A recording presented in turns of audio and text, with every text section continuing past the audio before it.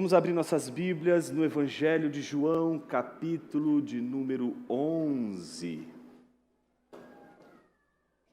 João 11, dos versículos 1 a 16. João 11, dos versículos 1 a 16.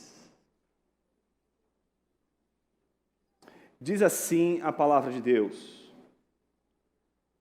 um homem chamado Lázaro estava doente. Ele era de Betânia, da aldeia de Maria e de sua irmã Marta. Essa Maria, cujo irmão Lázaro estava doente, era a mesma que ungiu o Senhor com perfume e lhe enxugou os pés com seus cabelos. Por isso, as irmãs de Lázaro mandaram dizer a Jesus: aquele que o Senhor ama está doente.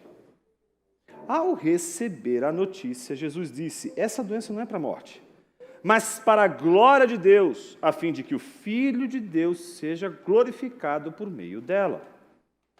Ora, Jesus amava Marta e a irmã dela e também Lázaro. Quando soube que Lázaro estava doente, ainda se demorou 2 dias no lugar onde estava. Depois disse aos seus discípulos: vamos outra vez para a Judéia. Os discípulos disseram: mestre, ainda há pouco os judeus queriam apedrejá-lo e o Senhor quer voltar para lá. Jesus respondeu: não é verdade que o dia tem 12 horas? Se alguém andar de dia, não tropeça, porque vê a luz deste mundo, mas se andar de noite, tropeça, porque nele não há luz. Tendo dito isto, acrescentou: nosso amigo Lázaro adormeceu, mas vou para despertá-lo. Então os discípulos disseram: Senhor, se dorme, estará salvo. Jesus falava da morte de Lázaro, mas eles pensavam que tivesse falado do repouso, do sono. Então Jesus lhe disse claramente: Lázaro morreu. Por causa de vocês, me alegro de que não estivesse lá, para que vocês possam crer. Mas vamos até ele.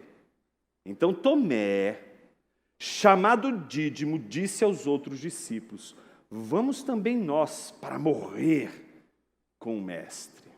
Oremos. Senhor Deus, fale conosco através de Tua santa palavra e que sejamos hoje transformados e edificados por ela.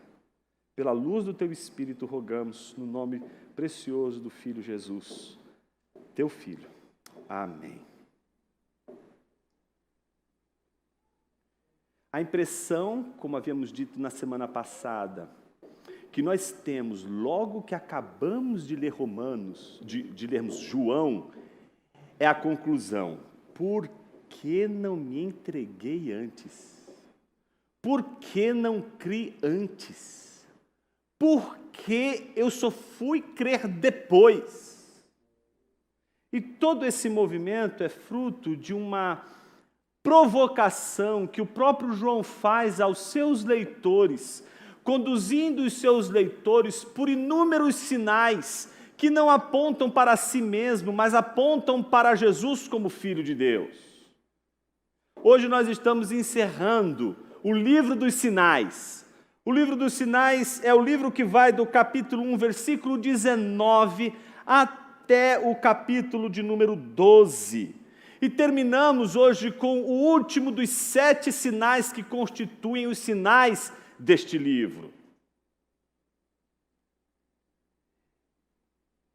Este sinal, talvez, junto com o sinal da semana passada, representem ambos o último sopro de Jesus, para que aqueles que estão ao seu redor possam não só ser alcançados pela sua presença, como a presença do Criador, mas sejam desafiados a crer nele e viver para ele. É difícil a gente ler o livro de João, o Evangelho de João, e não mencionar o prólogo, que parece ser o diapasão, o tom que é dado para todo o Evangelho. E quem presta atenção no prólogo do Evangelho de João, não só tem um entendimento melhor do Evangelho, mas entende por que a pergunta: por que não me entreguei antes? Por que não acreditei antes? É tão terrível quando nós dizemos ela depois que os sinais apareceram, depois que os sinais aconteceram. E mesmo depois dos sinais acontecerem, nós não nos entregamos, nós não confiamos. Eu queria, como disse na semana passada e enfatizei na semana retrasada, lembrar que o prólogo do Evangelho de João é uma espécie de espelhamento de Gênesis. Quando você abre o João capítulo 1, versículo 1, lá diz, no princípio era o verbo estava em relação a Deus e o verbo era Deus. A gente sabe que o no princípio, o enarqué, faz exatamente menção ao começo da Torá. No princípio criou Deus os céus e a terra, porém era sem forma e vazia, e o Espírito de Deus pairava por sobre a face do abismo. Sabemos que Gênesis 1 e João 1 representam grandes começos. Um é o começo da criação de Deus, o outro diz respeito ao grande começo da restauração de Deus. Dizemos o tempo todo que Gênesis está para toda a humanidade, o que João 1 está para a igreja. Ele nos revela o Criador, nos revela que desde o início, Jesus é o Criador e está diretamente envolvido com a criação. Mas o que o Evangelho de João nos ensina no versículo 1 é de que Jesus Cristo, mesmo sendo o Criador, se tornou um sinal de Deus, se tornou um espelhamento de Deus, algo que aponta para Deus, que revela a Deus. Mas descobrimos que, sendo sinal de Deus, Jesus não apenas é um sinal, mas é sinal de si mesmo, diferente de João Batista, diferente da igreja. João Batista aponta para Jesus. Lembra daquele belíssimo quadro do Grunewald? Está ele assim, apontando para Jesus na cruz, está o Cordeiro vitorioso, com um estandarte nas mãos, e o sangue que cai dos pés de Jesus está justamente pingando no cálice do Cordeiro, enquanto João Batista está apontando para o Jesus crucificado. João Batista é o sinal de Jesus, a igreja é o sinal de Jesus, mas Jesus é sinal dele mesmo. Jesus sinaliza a Ele mesmo, Ele está em relação a si mesmo, porque Ele é Deus. A grande afirmação do Evangelho de João, aquela que coloca a espada na raiz, é aquela que diz que Jesus é Deus. E todas as vezes que alguém encontra com Jesus, neste encontro com Jesus, ou ela sai acreditando que está diante de Deus, ou diante dela apenas mais um homem. Me dirijo a você que está hoje aqui, para que você se encontre com Cristo Deus. Não apenas o Cristo homem, com o seu ensino, com o seu testemunho, com a sua vida, mas o Cristo que cria, o Cristo que faz o mundo, o Cristo Criador. Que é tão bonito o prólogo do Evangelho de João, principalmente quando a gente pega Gênesis 1 e João um do lado, um do outro, começa a ver. Então a gente vê, no princípio era o Logos estava em relação a Deus e o Logos era Deus. E aí começa o versículo 2. Ele estava no princípio, todas as coisas foram feitas por meio dele, sem ele nada do que foi feito se fez. Preste atenção no que vai dizer. A vida estava nele, e a vida é a luz dos homens. A luz resplandece nas trevas, e as trevas não prevalecem contra ela. Duas coisas acontecem na criação, impressionantes. A primeira delas, o Criador traz à existência a luz. No meio das trevas, Deus diz, haja luz. E o primeiro ato criativo de Deus, o primeiro dia de Deus, é trazendo luz no meio das trevas. A primeira obra da criação é a obra da luz, é a obra da iluminação, é a obra que rompe as trevas. Mas no quinto dia, depois que o mundo está organizado, No quinto dia, depois que o firmamento está ordenado, como nós vimos na série de Gênesis, quando todas as coisas estão organizadas, Deus então traz vida, Nefesh Hayah, Ele povoa de animais, Ele povoa de seres viventes. E o mesmo Nefesh Hayah, que se refere a todos os viventes, no sexto dia aparece naquele que vem a ser a criação à imagem de Deus. Deus faz do homem, conforme Gênesis 2:7, do pó da terra, do barro, da lama. Deus faz o homem, sopra sobre as suas narinas fôlego de vida e ele passa a ser Nefesh Hayah. Duas coisas Deus faz de uma maneira maravilhosa na criação. Ele traz luz e ele traz vida. Ele é o Criador que traz luz nas trevas e traz vida onde há morte. Essa é a boa nova do Evangelho de João. Primeiro, Jesus é Deus. Segundo, é Ele e somente Ele que traz luz. Só Ele, somente Ele traz vida. Esse é o esboço do Evangelho de João. Todos os sinais, o primeiro, o segundo, o terceiro, o quarto, o quinto, o sexto e o sétimo sinal, todos eles estão lidando com luz e vida, luz e vida, luz e vida. Ele veio trazer luz, ele veio trazer vida. Mas é algo curioso acontece a partir dos versículos 6 a 9 do prólogo de João.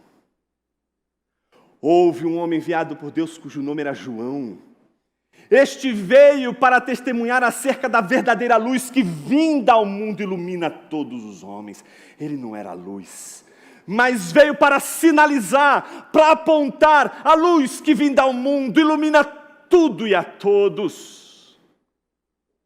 Então João Batista se torna a figura central, porque ele é o profeta que não fala de si mesmo, ele é o sinal que não aponta para si mesmo, ele é o sinal que aponta para Jesus. Toda a missão de João Batista, que porventura é a missão da igreja, é a missão de apontar para Jesus, é a missão de revelar Jesus, é a missão de sempre estar indicando e sinalizando Jesus. A missão de João Batista é sempre essa: não sou eu, é Ele. E é o que a gente vê.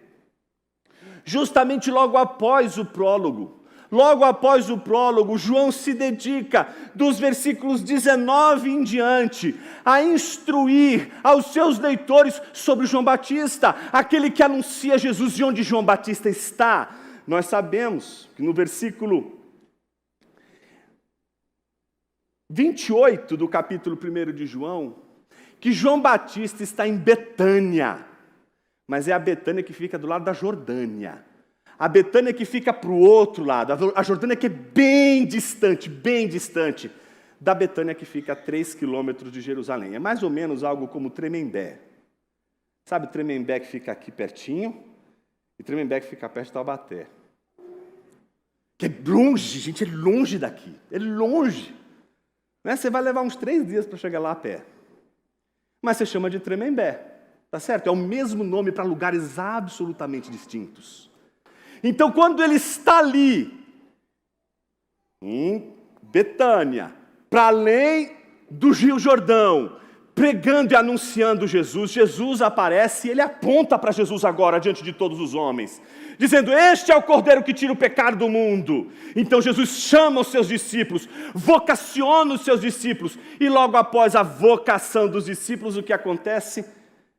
O livro dos sinais. O livro dos sinais começa com exatamente o primeiro milagre, que é o milagre de transformar água em vinho em Caná da Galileia. O segundo sinal é a cura do filho do oficial do rei. O terceiro sinal é a cura do paralítico no tanque de Betesda. O quarto milagre é a multiplicação dos pães. O quinto milagre é Jesus andando por sobre as águas. O sexto e o sétimo são especiais, porque eles estão agora repousando toda a mensagem. Eles estão resumindo tudo que foi dito até agora. É a cura do cego de nascença e a ressurreição de Lázaro, que nós vamos ver hoje. Mas o prólogo do Evangelho de João não termina com um João que aponta para Jesus. Ele termina com a oposição. Logo depois de dizer que João não era luz, mas veio para que testificasse acerca da verdadeira luz, o Evangelho de João diz: ele estava no mundo, o mundo foi feito por intermédio dele, mas o mundo não o conheceu. Veio para o que era seu, mas os seus não o receberam, mas a todos quantos o receberam, deu-lhes o poder de serem feitos filhos de Deus, a saber, os que creem no seu nome, os quais não nasceram da vontade da carne, nem da vontade do sangue, mas da vontade de Deus. E o Verbo se fez carne e habitou entre nós, cheio de graça e de verdade, e vimos a sua glória, glória como do unigênito do Pai. O prólogo termina com a oposição daqueles para os quais Jesus veio. Veio para mostrar a glória de Deus, mas nem todos receberam e viram a glória de Deus.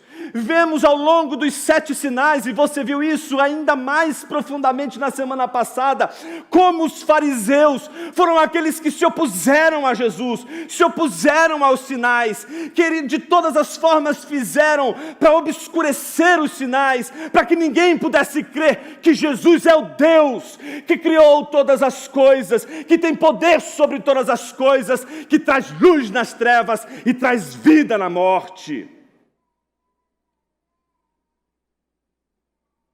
Todos os milagres e sinais vêm acompanhados de discursos em que o Evangelho de João nos ensina o tempo todo Jesus dizendo: estes sinais são sinais que apontam para a obra de Deus. Os sinais não apontam para si mesmos. Todas as vezes que você pega cada um desses milagres e tenta fazer desses milagres o foco e a imitação disso para a sua vida, você perde de vista o valor destes sinais, tanto aqui, quando dizem respeito ao anúncio de Jesus, quanto em relação à sua vida. Todos os sinais que Deus faz em sua vida não é para fazer uma cosquinha na sua barriga e dizer: olha como você é a pessoa mais maravilhosa desse mundo e eu estou te dando um presente. Não! Todos os milagres que Deus realiza em sua vida são sinais, e não estão apontando para eles. A cura de um câncer está apontando para Jesus, está apontando para Ele.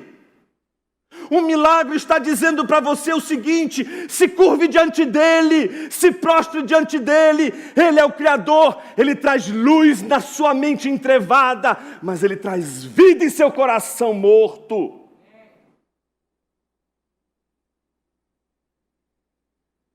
Esse último milagre, ele é impressionante, porque ele encerra todo um discurso que Jesus foi trabalhando com o povo, para ensiná-los porque Ele é o Criador, porque Ele é o Deus que traz luz e ao mesmo tempo traz vida.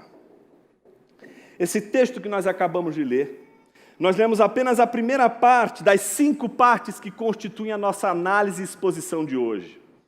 A primeira parte diz respeito à incredulidade dos discípulos, que vai dos versículos 1 a 16.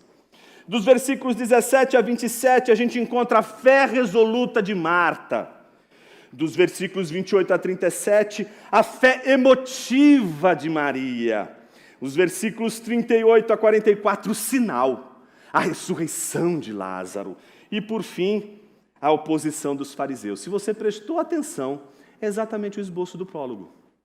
Estamos seguindo nada mais, nada menos do que o esboço do prólogo. Comecemos com a primeira parte, a incredulidade dos discípulos. Os versículos 1 a 16 nos mostram coisas interessantíssimas e que nós acabamos de ler. A primeira delas é a apresentação dos personagens. Do versículo 1 e 2, nós sabemos que há um homem chamado Lázaro. Este Lázaro estava doente, ele morava em Betânia, e preste atenção, não é a Betânia além do Jordão, porque essa Betânia além do Jordão fica para lá da Jordânia, está lá do outro lado, é distante demais. Esta Betânia é pertinho de Jerusalém, 3 quilômetros de Jerusalém. Elas moram numa aldeia, as irmãs desse doente chamado Lázaro. Elas se chamam Marta e Maria. Para quem conhece as histórias da Bíblia, Marta e Maria protagonizam aquele encontro delicioso com Jesus, em que Jesus lida com 2 mulheres piedosas, mas uma extremamente prática, uma extremamente ativista e a outra extremamente extremamente emotiva. Uma está tentando preparar o jantar para Jesus, outra está preocupada com Jesus em fazer alguma coisa para Jesus. A outra é a Maria, que está aos pés de Jesus, quietinha, ouvindo seus ensinamentos. A gente sabe que esta Maria, a que fica sentada aos pés de Jesus ouvindo as suas palavras, é aquela cujo irmão Lázaro estava doente. E é a mesma que ungiu o Senhor com um perfume e lhe enxugou os pés com os seus cabelos. Se você der um salto agora para o capítulo 12, os versículos 1 em diante, você vai ver que ela aparece ali como aquela mulher que vai lavar os pés de Jesus com as suas lágrimas, vai derrubar ali o perfume e enxugar aquele perfume que foi derrubado sobre os pés de Jesus com seus próprios cabelos. Portanto, era uma mulher famosa.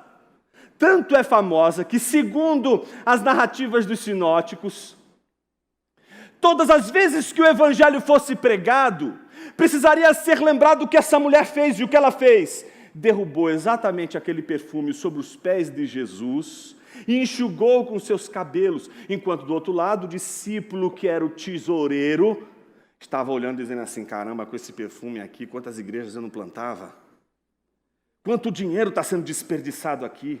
E Jesus está obviamente dizendo ali que aquela mulher deve ser lembrada em toda a pregação do evangelho, para que ninguém confunda o evangelho com qualquer que seja investimento financeiro que tem ali, sabe, tudo bonitinho, tudo regradinho e que possa ser justificado pelo bem aos pobres. Isso aqui dá uma boa discussão, mas para um outro dia. Essa mulher, ela esbanja o perfume nos pés de Jesus e seca com seus cabelos. Isso causa uma admiração tão grande Jesus, que diz que todas as vezes que o evangelho for pregado, que ela seja lembrada. E essa mulher tem um irmão, junto com a sua irmã Marta, que está doente. Elas duas, a gente sabe pelos 2 versículos, que elas duas mandam dizer a Jesus o que está acontecendo. Ou seja, elas enviam um mensageiro. Este mensageiro sai de Betânia. Betânia onde fica? Betânia, 3 quilômetros de Jerusalém. Lembra disso? Está pertinho de Jerusalém. Só que elas mandam esse mensageiro para outra Betânia. Para Betânia, que está além do mar. Você fala assim, mas por que ela vai mandar para Betânia, além do Jordão? Por que elas vão mandar esse mensageiro lá para aquele lugar onde João Batista pregava e batizava, onde João Batista batizou Jesus e onde João Batista apontou que Jesus era o Cordeiro?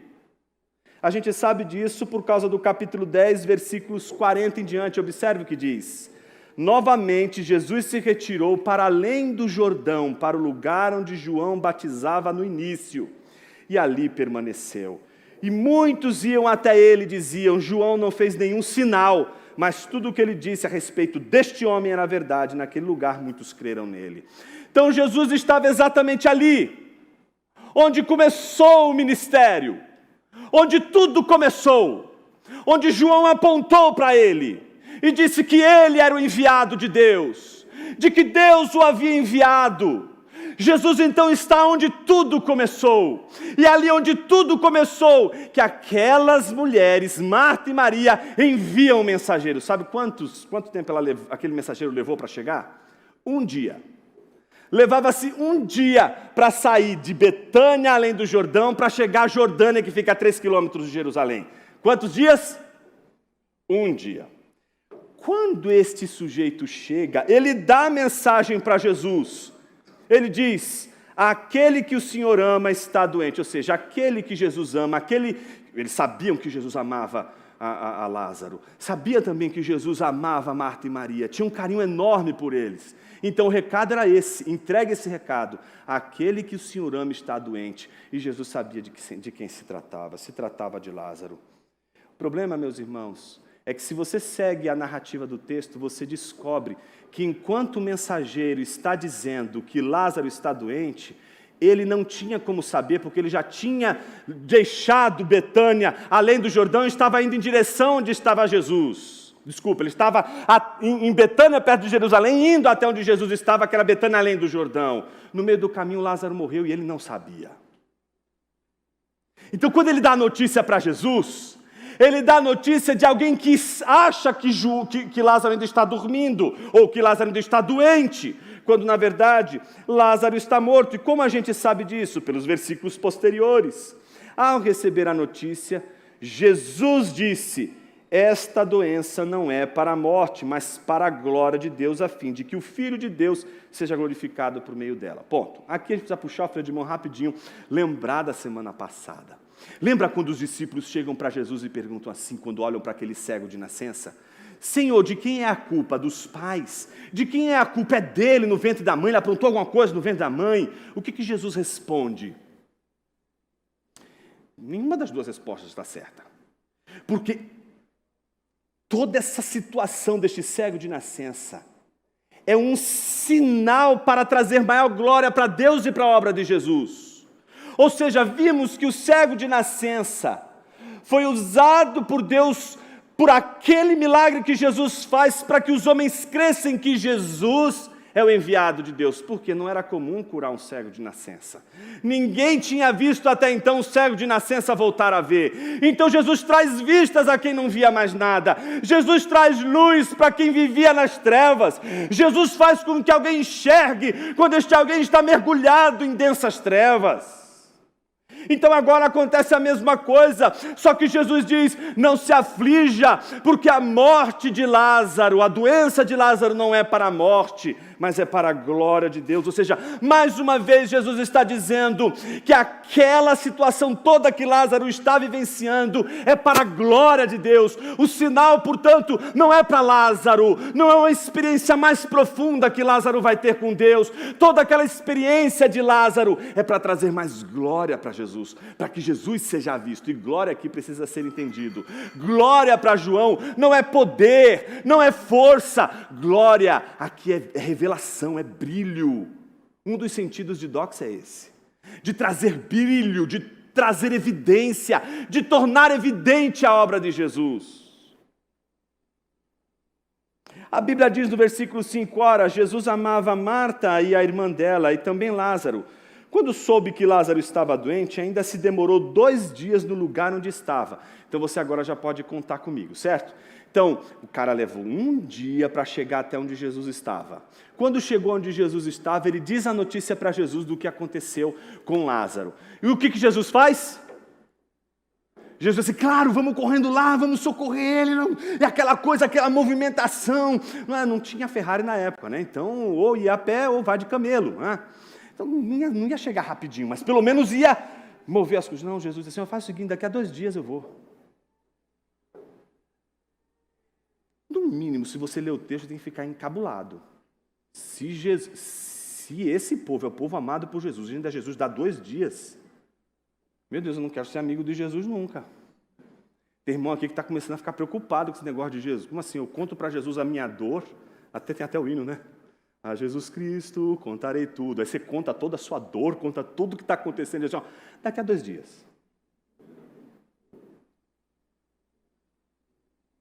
Daqui a 2 dias. A gente fica impaciente. Não, ele tem que fazer agora. Tem que ser agora. Tem que ser nesse exato momento. Não, se não for agora, vai destruir tudo. Eu tenho até às 16 horas, o banco vai fechar. Tem que ser agora. Jesus está dizendo, daqui a 2 dias.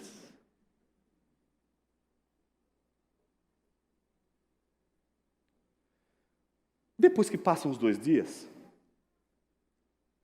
Jesus então diz aos seus discípulos, vamos outra vez para a Judéia. Quando ele diz, vamos outra vez para a Judéia, está indo novamente em direção a Jerusalém. Está saindo da Betesda, ali onde fica João Batista, pregando onde ele foi batizado, e indo para Jerusalém. Os discípulos falam, mas Senhor, a gente acabou de sair de lá porque os caras estavam querendo bater em você, estavam querendo te matar. Você está voltando para lá. Isso não é bom. Lembra daquele dia que Jesus disse assim, eu vou para Jerusalém. E ele tinha dito que vai para Jerusalém para ser humilhado, aquela coisa toda. Pedro diz assim, Senhor, não é bom que vá para Jerusalém. Jesus o que disse para ele? Arreda-te daqui, Satanás. Ou seja, os discípulos estão apavorados aqui também, eles estão com medo, eles estão dizendo, não, Senhor, não é bom o Senhor voltar não, porque as pessoas vão te fazer mal, as pessoas vão te machucar. Versículo de número 8 diz, mestre, ainda há pouco os judeus queriam apedrejá-lo, e o Senhor quer voltar para lá. Então, o que acontece? Jesus responde aos discípulos. Então, depois da primeira reação, os discípulos reagem dizendo, Jesus, como é que a gente vai voltar para a Judéia se você quer morrer? Jesus diz algo aos discípulos. O que Jesus diz? Primeiro, Jesus diz a ele, não é verdade que o dia tem 12 horas? Se alguém andar de dia, não tropeça, porque vê a luz deste mundo. Mas se andar de noite, tropeça, porque nele não há luz. Imagina, o cara está dizendo assim para você, você acabou de dizer para ele, olha, você não viu o que aconteceu, você saiu de um monte de ciladas, eles estavam querendo te apedrejar. Aí você olha para o sujeito e diz assim para o cidadão, você sabia que o dia tem 24 horas? Imagina, não é uma coisa que no mínimo você vai falar assim, o que esse cara está falando? Eu estou falando para salvar ele da vida. E ele me fala para contar os dias. E se você estiver andando de dia, você vai conseguir enxergar os obstáculos. O problema é se for à noite. À noite é complicado, porque se você andar à noite, aí sim você pode tropeçar. Em outras palavras, o que Jesus estava dizendo para eles? Estava dizendo, gente, a luz chegou. Eu estou aqui ainda. A luz veio nas trevas, vocês não estão vendo a luz. Vocês têm que se preocupar quando eu for embora. Vocês têm que se preocupar quando a luz não estiver mais neste mundo. Vocês têm que se preocupar quando a luz se recolher. Enquanto a luz estiver aqui, essa luz vai impedir que vocês tropecem. E tendo dito isto, acrescentou, nosso amigo Lázaro adormeceu, mas vou despertá-lo. Ou seja, já sabe que Lázaro está morto. Mas Jesus aqui usa uma metáfora, né? Então Jesus diz, olha, ele está dormindo, mas a gente está indo para lá, para a Judéia, porque eu preciso acordar o meu amigo. Os discípulos não entenderam, Jesus teve que escrever para que eles pudessem entender a metáfora. Por quê? Quando Jesus disse que ele estava dormindo, preste atenção que isso é extremamente importante para o que vem a seguir. Os discípulos disseram, então tá. Se está dormindo, então ainda tem chance. Se está dormindo, então será salvo. Ou seja, se ele está dormindo ainda, ele não morreu. Então, enquanto não morreu, se o Senhor chegar lá, o Senhor vai fazer um milagre, está tudo certo. Entretanto, Jesus, na mesma hora, diz a eles, que falava da morte de Lázaro, mas eles pensando que tivesse falado do repouso do sono, Jesus diz claramente, Lázaro morreu, vocês não estão entendendo? Então isso cria uma confusão na mente deles. Por quê? Porque para eles a morte é o fim. Assim como um cego de nascença nunca mais poderá ver, alguém que morreu nunca mais poderá reviver. A lógica deles é essa. Se você nasceu cego, você nunca vai ver. E se você morrer, você nunca vai voltar a viver.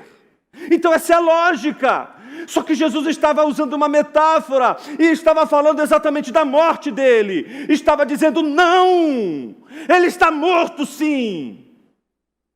Só que se Jesus chega a 3 dias todo mundo acredita que não estava morto. Quando chega a 4 dias, ninguém mais acredita que alguém pode viver dali. Então aí a gente começa a entender por que Jesus atrasa. Por que Jesus dá 2 dias? Por que lá no final, quando Tomé diz, eu só vou crer, quando eu colocar as minhas mãos nas suas chagas, Jesus deixa ele 1 semana curtindo ali aquela dúvida gostosinha. Porque alguma coisa Deus quer mostrar com as nossas dúvidas. Alguma coisa Deus quer mostrar com esse espaço de tempo em que a gente acha que se Jesus estivesse ali, as coisas não teriam acontecido como aconteceram. Jesus está aqui para dizer que as coisas não vão acontecer como você quer. Não vai ser do seu jeito, não vai ser da sua forma. Você acha que se ele fizer agora, tudo vai mudar. E é justamente se ele não fizer como você quer, que tudo vai mudar. Se ele fizer como você quer, tudo vai mudar para pior. como tudo que você fez até hoje. Mas se você fizer como Ele quer que você faça, e como Ele fará, não será como você quer, mas será como Deus quer, e tudo que Deus quer, e tudo que Ele faz, traz mais glória para Jesus e para o Senhor. Por isso você tem que se perguntar, se Jesus responder a tua oração agora, Ele vai trazer mais glória para Ele ou para você? É você que está com medo de passar vergonha? É você que está com medo do que vem acontecer, de perder as coisas que tem que perder, de sofrer o que precisa sofrer. Mas observe o que o texto diz.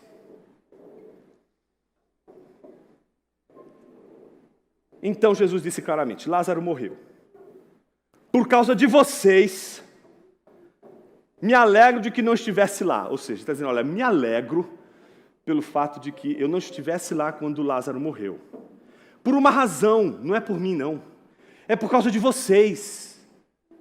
Eu preciso que vocês vejam, eu preciso que vocês creiam. Jesus está olhando para os discípulos e tentando trabalhar com a incredulidade dos seus discípulos.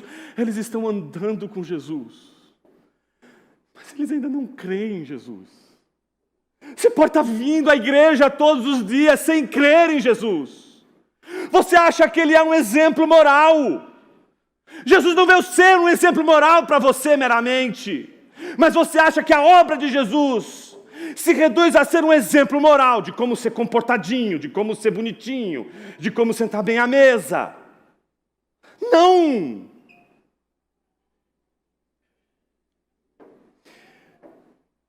Aí acontece uma coisa deliciosa no texto.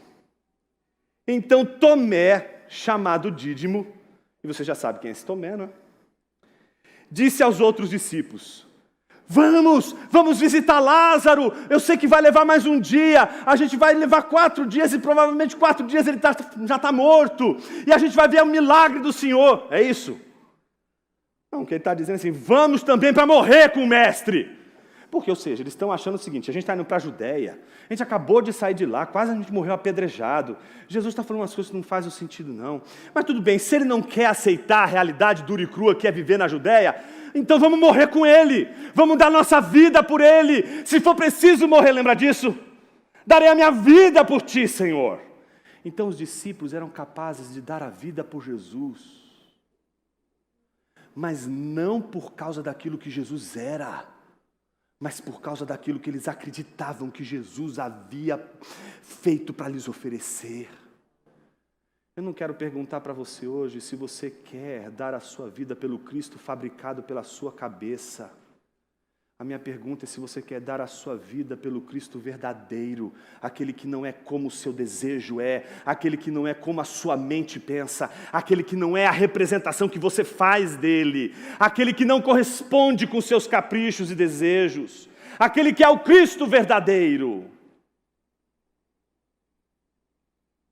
Aí depois da incredulidade dos discípulos, o que a gente vê? 2 cenas interessantíssimas, as cenas de Marta e Maria. Marta é aquela que se aproxima de Jesus com uma fé resoluta, e Maria é aquela que se aproxima de Jesus com uma fé emotiva. Os versículos 17 a 20 refletem a Maria ativa. Observe o que o texto diz. Quando Jesus chegou, encontrou Lázaro já sepultado havia 4 dias. Lembra? O mensageiro leva 1 dia. Jesus fica lá 2 dias. E aí Jesus agora, depois de 2 dias, vai até onde Lázaro está, leva mais 1 dia. 4 dias, portanto, Jesus queria chegar no 4º dia.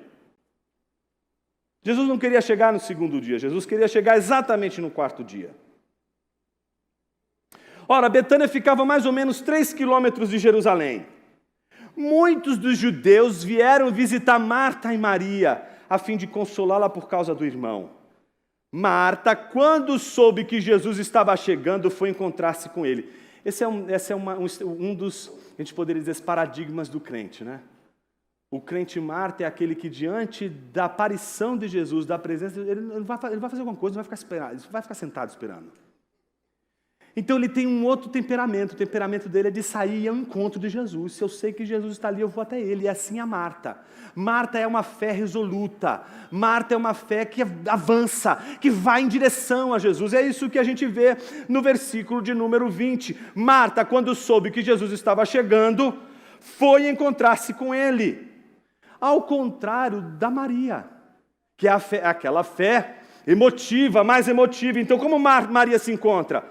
Sentada em casa. A gente já sabe que essa é a imagem que a gente forma da Maria.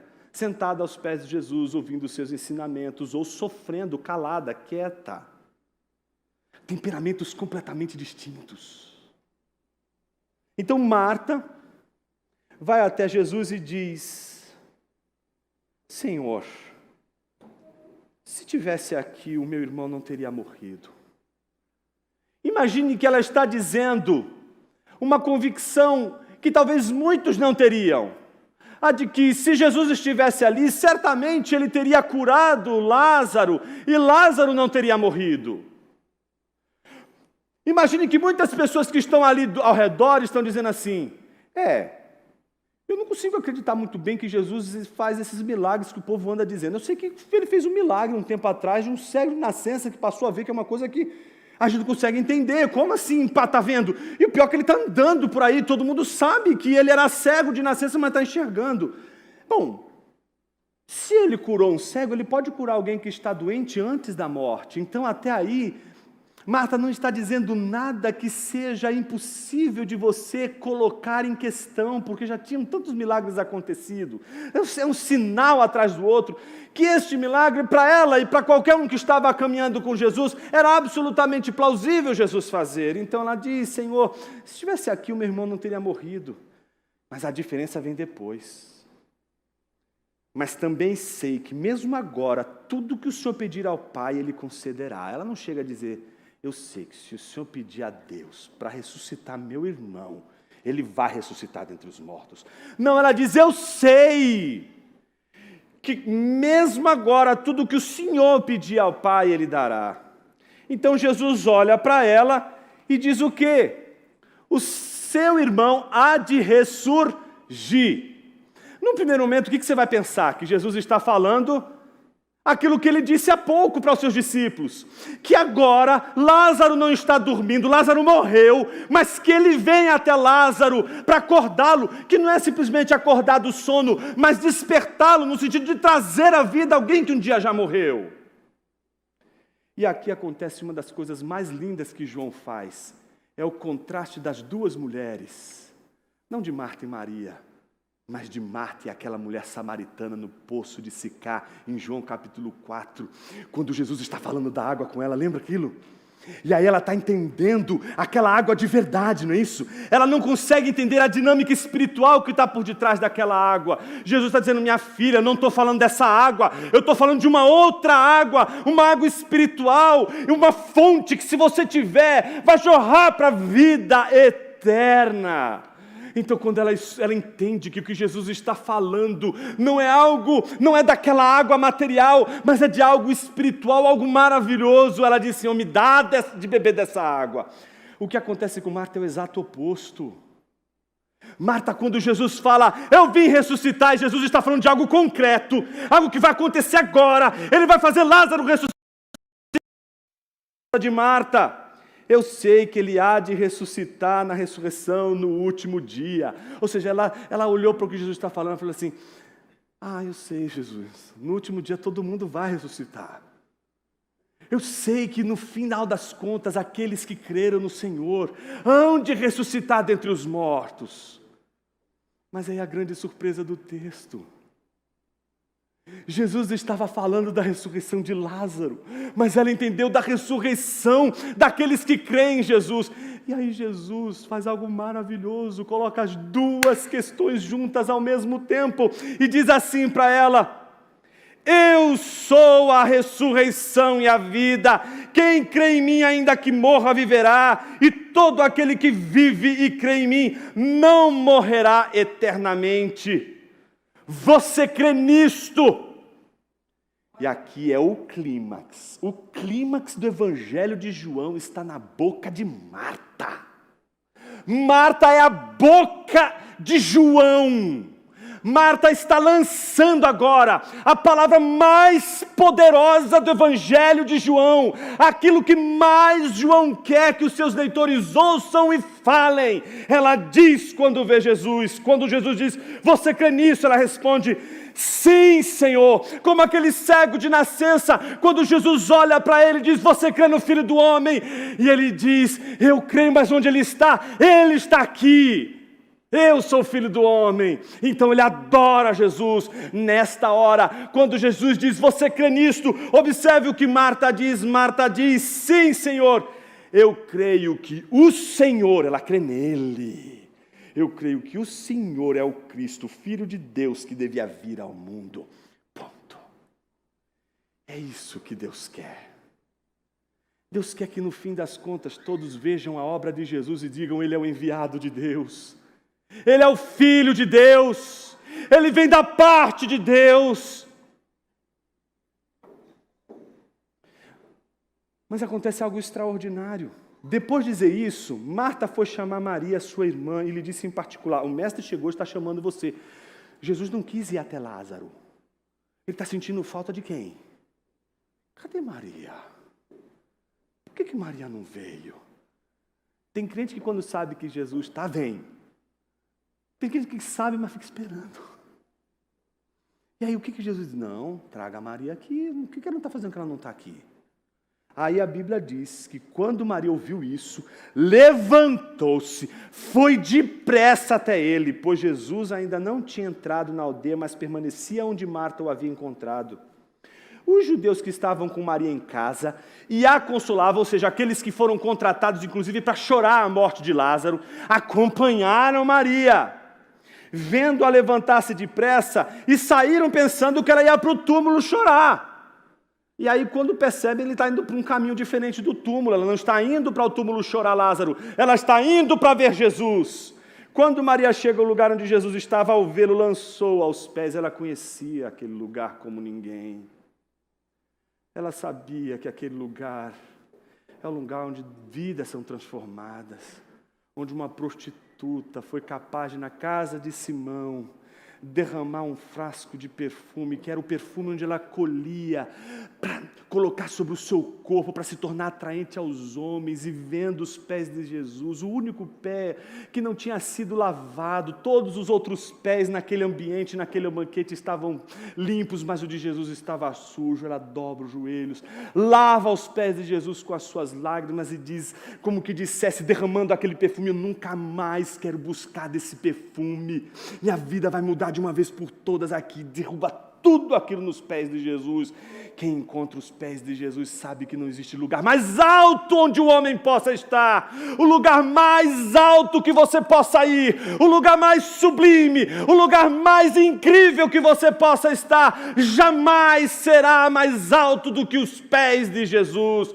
Os pés de Jesus são o único lugar onde você encontrará paz no meio de suas dúvidas. Seminário teológico não vai resolver os problemas da sua dúvida interna. A sua dúvida existencial não se resolverá lendo livros, fazendo cursos. A sua dúvida existencial encontrará lugar e paz única, exclusivamente aos pés de Jesus. É ali que a gente encontra paz, é ali que a gente encontra sossego, é ali que a gente encontra consolo, seja na hora da dor, seja na hora da morte. É para os pés de Jesus que a gente tem que ir. Para onde você está indo, meu irmão? Para onde você está indo, minha irmã?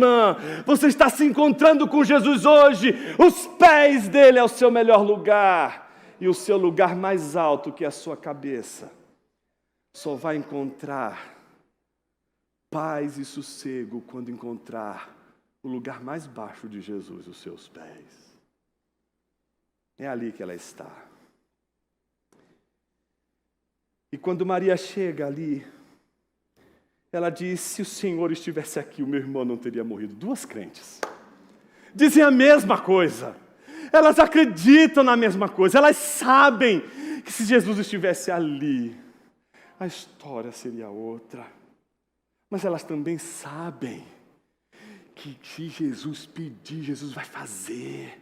Elas também sabem que Jesus é o Filho de Deus.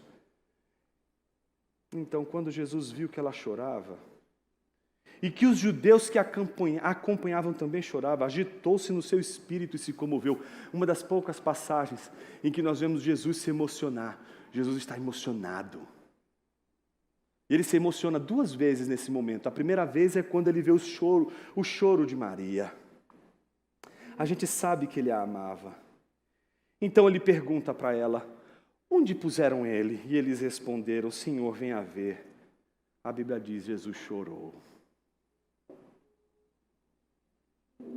Que coisa linda poder estar diante de um Deus que chora. Recuse-se a acreditar num Deus que não chora.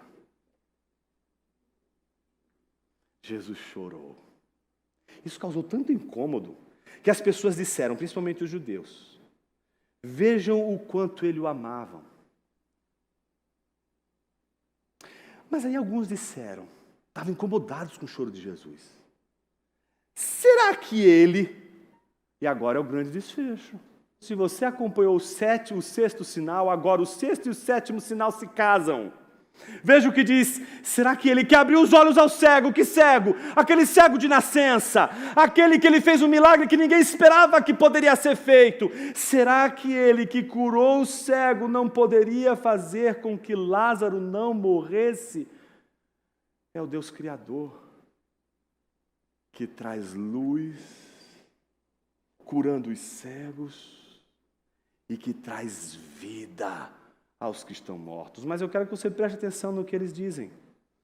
Não podia fazer com que Lázaro não morresse. Eles não estão dizendo, ele não poderia ressuscitar Lázaro. Não, para eles a coisa já fechou. Lázaro está morto e não tem mais jeito. Então o que eles estão dizendo? Eles estão dizendo exatamente o seguinte. Pensando no que ele fez lá com o cego, se ele tivesse chegado um pouquinho na hora, se ele não tivesse demorado aqueles 2 dias, se ele tivesse feito todo o trabalho antes, Lázaro poderia estar vivo. Porque a gente consegue imaginar um Deus que cura a nossa cegueira. Mas esse não é ainda o maior de todos os desafios da vida cristã. O seu maior desafio não é enxergar quando ele traz luz. O seu maior desafio é viver. Porque a vida não depende de você. A vida depende dele, depende de um ato dele, depende do Deus Criador. Então, tudo que depende de Deus, a gente acha assim, né, que algumas coisas dependem da gente, outras coisas dependem de Deus. Então, quando a gente não descobre que tudo depende de Deus, a gente fica no auto-engano que nos faz achar que tudo depende da gente, que a gente tem que chegar lá e fazer. Se eu chegar a tempo... Se eu tivesse chegado até, meu filho não tinha ido para as drogas. Se eu tivesse cuidado um pouco mais dele, ele não teria ido para esse mundo que ele está vivendo hoje. Puxa, se eu tivesse saído um pouco mais tarde, eu não teria atropelado aquela pessoa. Puxa, se eu tivesse me aplicado mais aos estudos, eu poderia ter uma profissão melhor e eu poderia dar uma condição melhor para minha família. Puxa, se eu tivesse escutado os meus pais... Eu deveria ter procurado os médicos antes e eu poderia ter descoberto, inclusive, essa enfermidade antes. Agora estou moribundo, vou morrer.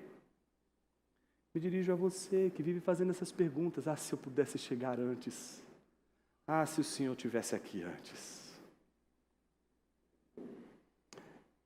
Mas aí vem o sinal. O sinal é muito simples. A Bíblia diz que Jesus...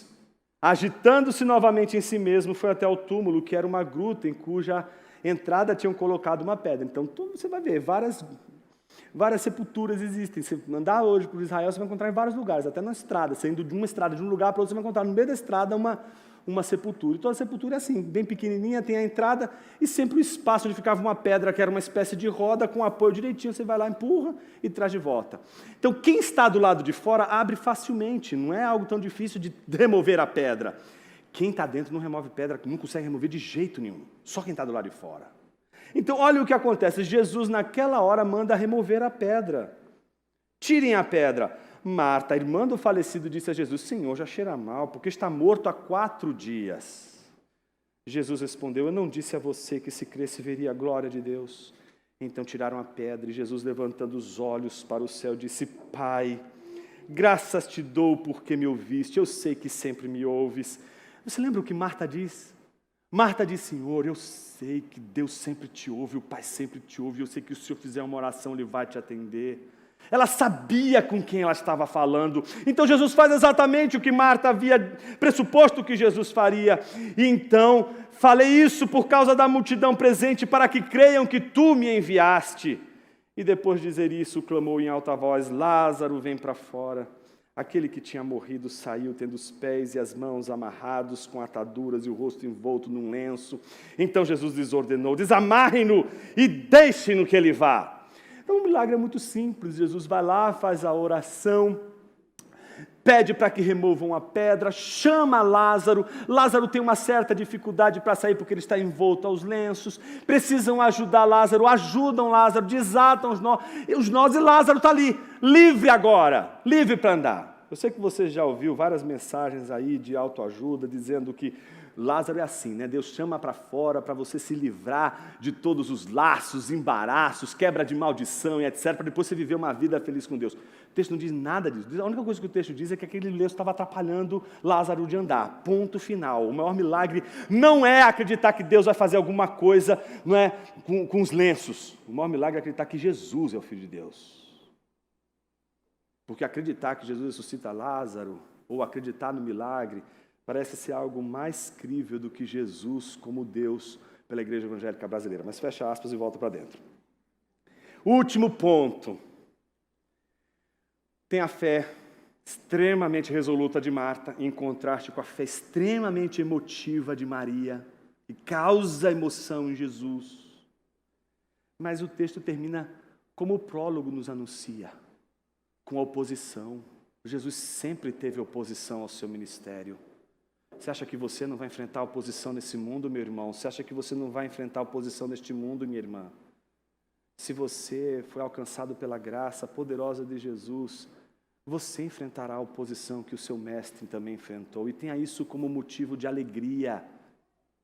Então Jesus sofre a oposição. E qual é a oposição? De três naturezas. Primeiro, muitos dos judeus que tinham vindo visitar Maria, vendo o que Jesus havia feito, creram nele. Então, o primeiro movimento é de que alguns judeus que estavam ali, ou seja, não são todos, mas apenas alguns, que vão se opor a Jesus. Alguns creram.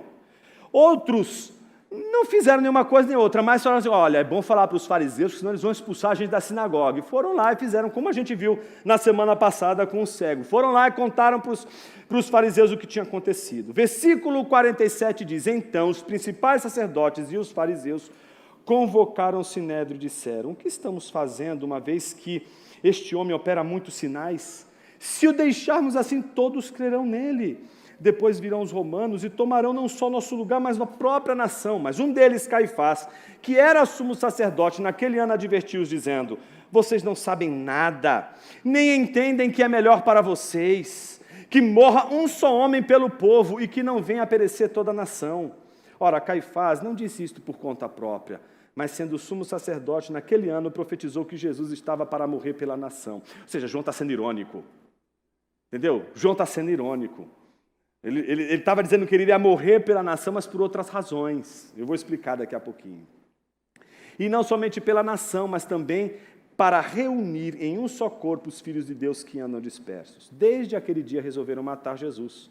Assim sendo, Jesus já não andava publicamente entre os judeus, mas retirou-se para uma região vizinha ao deserto, para uma cidade chamada Efraim, onde permaneceu com os discípulos. Estava próxima a Páscoa dos judeus, e muitos daquela região foram a Jerusalém antes da Páscoa para se purificar. Lá procuravam Jesus, e estando eles no templo, diziam uns aos outros: o que vocês acham?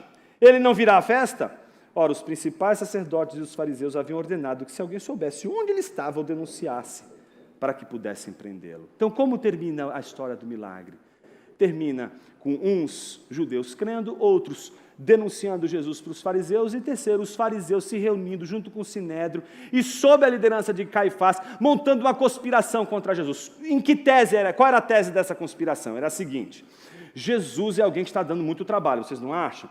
Com estes sinais, olha, do cego de nascença já estava difícil. Então agora é a ressurreição de um morto, é luz e vida, está entendendo? E agora a vida é muito difícil, porque Lázaro está andando no meio de todo mundo, e todo mundo sabe que ele morreu. Passaram 4 dias, ninguém mais tem dúvida, todos têm certeza de que ele morreu. Ninguém vai poder negar que ele ressuscitou Lázaro dentre os mortos. Então a gente precisa dar um jeito com ele, porque se esses sinais continuarem acontecendo, as pessoas vão crer, está todo mundo crendo nele, e todo mundo está crendo nele por causa dos sinais. Então eles dizem o seguinte: olha, a gente precisa alertar o povo. Por quê? Ele é um grande perigo. Se ele encabeça uma revolução, os romanos vão nos oprimir, vão matar a nação inteira por causa de um homem. Então vamos fazer o trabalho de impedir que isso aconteça. A gente mata ele, justamente para resolver o problema da nação, para que a nação não sofra, para que os homens não sofram, para que todos os homens sejam salvos, para que a nação seja salva. Então ele profetiza que Jesus daria a sua vida pela nação. Mas é uma profecia paradoxal, que se ele soubesse que Jesus realmente morreria para salvar o seu povo, mas não sob as circunstâncias que eles imaginavam que Jesus morria e salvaria, eles talvez não deitariam a mão sobre Jesus. Eles fizeram de tudo, prepararam de tudo para seguir a Jesus e prendê-lo, mas não era a hora.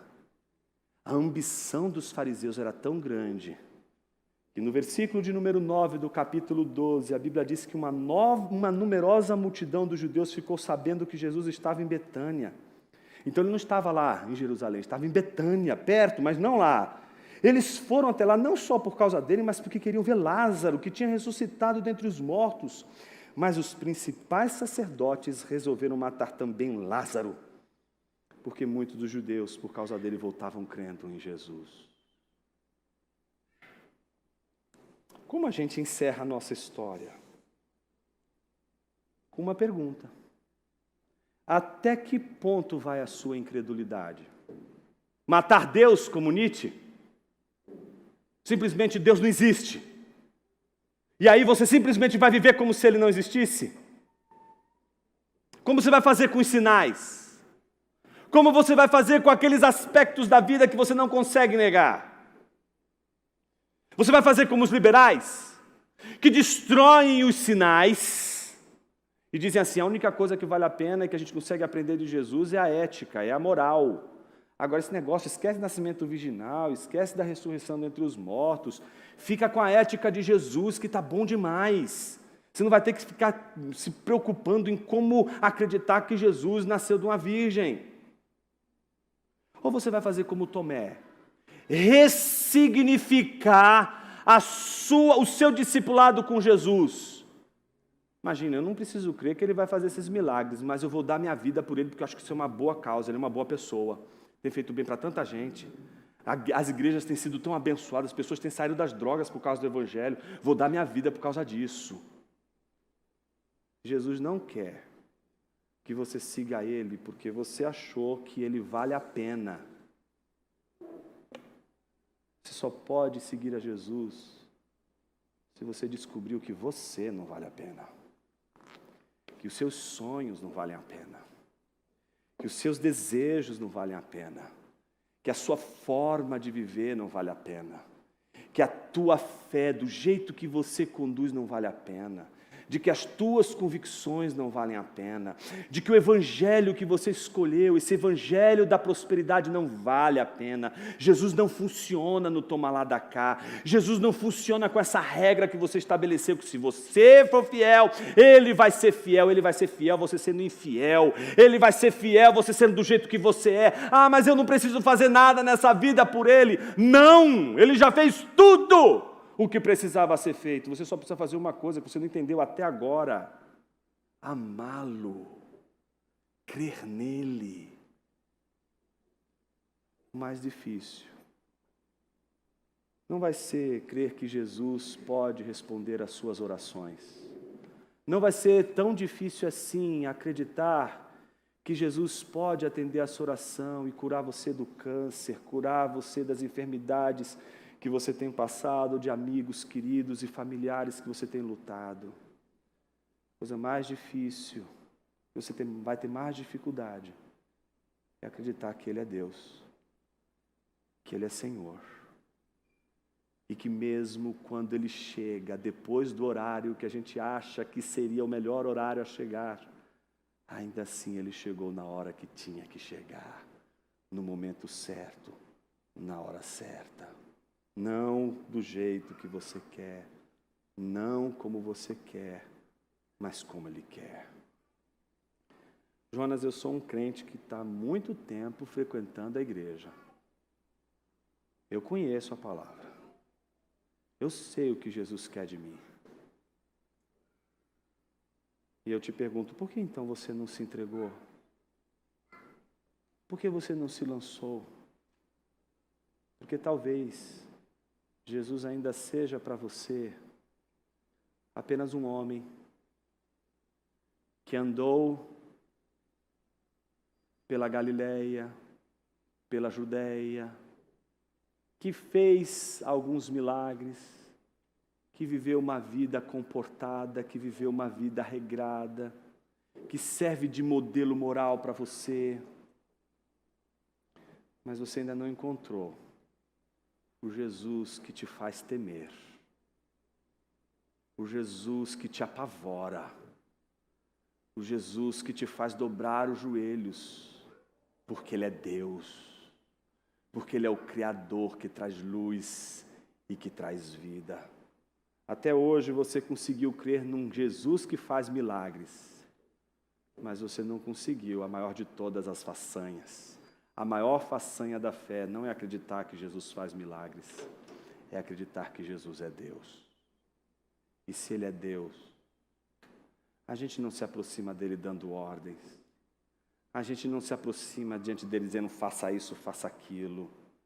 A gente se aproxima dEle dizendo, Senhor, e agora? Se o Senhor estivesse aqui, eu sei que as coisas seriam diferentes. Eu sei que mesmo agora, se o Senhor quiser e for da tua vontade, tudo pode mudar. E Jesus vai olhar para você e vai dizer, mas eu quero saber só uma coisa. Você crê nisto? É fácil dizer 30 mil vezes, Jesus é o meu Senhor. Mas a coisa mais difícil é crer nele. É mais fácil do que a gente imagina dizer que cremos no Senhor. A coisa mais difícil é crer. É como amar. É fácil demais dizer que a gente ama, mas a coisa mais difícil é amar. Jesus nunca disse, eu te amo, mas a cruz gritou. Os seus atos gritaram, eu te amo. Minha pergunta para você hoje, não é se você diz, eu creio, sim, eu creio. Ou se você é capaz de cantar, eu creio, sim, eu creio. Minha pergunta é se os seus poros, se o seu corpo, se você inteirinho, em silêncio, os seus joelhos dobrados, é capaz de gritar, ainda que a sua boca esteja fechada, que Ele é Deus e que você crê nele. Eu queria orar com você, porque se existe algo que transforma o ser humano, é a fé em Jesus como Deus.